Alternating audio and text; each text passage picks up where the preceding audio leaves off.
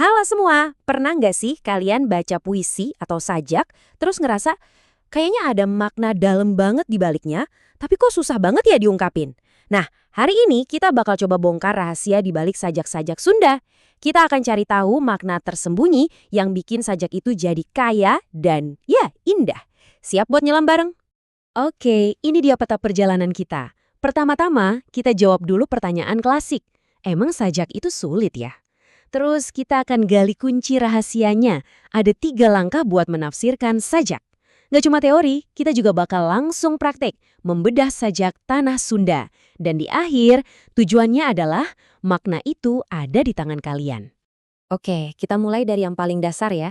Kenapa sih sajak itu kadang-kadang rasanya bikin pusing, kayak teka-teki yang susah banget dipecahin? Coba jujur deh, pernah nggak baca sajak terus dalam hati mikir, ini maksudnya apaan sih sebenarnya? Kalau pernah, santai aja. Kamu nggak sendirian kok. Perasaan bingung itu wajar banget. Malah hampir semua orang pernah ngalamin. Nah, ini dia nih biang keladinya. Sumber masalahnya tuh di sini. Katanya, sajak itu seringkali susah dimengerti karena bahasanya itu konotatif. Maksudnya? Ya, penuh sama kiasan dan simbol. Jadi maknanya tuh nggak belak-belakan, tapi ngumpet di balik kata-kata indah. Kudu digali dulu. Terus gimana dong cara kita ngebongkar makna yang ngumpet itu? Kuncinya ada di sesuatu yang disebut adegan batin. Anggap aja ini kayak jiwanya puisi, bagian dalamnya. Jadi gini, bayangin aja setiap sajak itu punya 2 sisi. Ada adegan lahir, ini tuh struktur luarnya. Gampangnya ini semua yang bisa kita lihat langsung pakai mata. Tulisannya, kata-kata yang dipilih, gaya bahasanya. Nah, tapi ada juga adegan batin. Ini nih, struktur batinnya. Ini yang nggak kelihatan. Ini yang harus kita teluman, harus kita rasain. Disinilah maknanya bersembunyi. Oke, sekarang kita masuk ke bagian intinya. Saya bakal kasih panduan super sederhana, cuma 3 langkah, biar kita semua bisa jadi semacam detektif puisi. Tugas kita, nyari petunjuk-petunjuk makna yang tersebar di dalam sajak. Siap? Dan ini dia 3 langkahnya, simple banget. 1, temukan jejernya atau temanya. 2, rasakan rasanya, perasaannya. Dan 3, gali amanatnya, pesannya. Cuma 3 itu, jejer, rasa, amanat. Gampang kan? Yuk kita bedah satu-satu. Langkah pertama, jejer atau tema. Ini tuh gagasan pokoknya, inti dari puisinya. Jadi, setiap kali baca sajak, pertanyaan pertama yang harus muncul di kepala adalah, ini sajak sebenarnya ngomongin apa sih? Apakah tentang cinta, tentang Tuhan, tentang kritik sosial? Nah, ini fondasinya. Oke, kalau temanya udah dapat, kita lanjut ke langkah kedua. Rasa atau perasaan. Ini soal gimana sikap atau perasaan si penyair waktu nulis sajak itu yang coba dia salurkan ke kita. Jadi pas baca, coba deh rasain. Apa yang muncul di hati? Sedih? Senang? Khawatir? Semangat? Jangan dianalisis dulu. Rasain aja.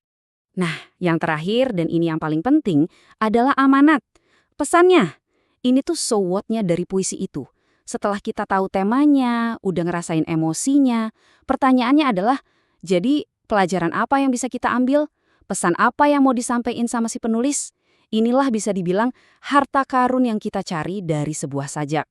Oke, teori cukup. Sekarang waktunya praktek. Kita coba pakai 3 kunci tadi buat membedah salah satu sajak yang terkenal banget. Kita uji langsung skill detektif kita. Sajak yang akan kita bedah adalah Tanah Sunda karya Adjie Prosidi. Coba deh lihat dulu teksnya di layar. Nggak usah khawatir kalau belum ngerti semua artinya, kan kita mau mecahin kodenya bareng-bareng. Coba kita fokus ke beberapa baris ini ya. Hejo pagunungan paul lautan. Gunungnya ijo, lautnya biru. Indah banget kan kedengerannya? Tapi, coba lihat baris berikutnya. Taya katentreman ngan ancaman. Nggak ada ketentreman, yang ada cuma ancaman. Nah, ini dia. Ada kontradiksi kan? Pemandangan indah tapi rasanya kok mencekam? Ini petunjuk besarnya. Sekarang kita terapkan 3 kunci kita. Pertama, jejernya. Temanya tentang apa? Jelas tentang cinta pada tanah air, yaitu Tanah Sunda. Kedua, rasanya. Perasaan apa yang dominan? Dari kata ancaman dan katugenahan tadi, kita bisa ngerasain kekhawatiran dan keprihatinan. Dan yang ketiga, amanatnya. Pesannya apa? Yaitu tadi, meskipun tanah Sunda itu indah luar biasa, tapi keadaannya sebenarnya lagi nggak tentram, lagi banyak ancaman. Gimana? Kelihatan kan polanya? Sekarang, kunci buat ngebuka makna sajak itu udah ada di tangan kalian. Ini bukan lagi soal misteri atau bakat, tapi soal keterampilan. Keterampilan yang bisa banget dilatih. Jadi, buat rangkuman cepat, ingat aja 3 kunci utama ini. Jejer, sajak ini tentang apa? Rasa, perasaan apa yang mau disampaikan? Dan amanat, pesennya buat kita apa?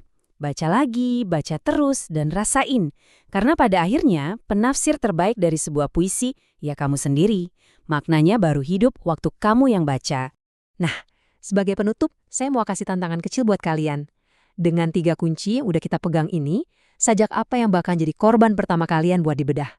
Coba deh buka buku puisi atau cari di internet dan langsung mulai petualanganmu jadi detektif puisi. Kira-kira sajak apa yang akan kamu tafsirkan selanjutnya?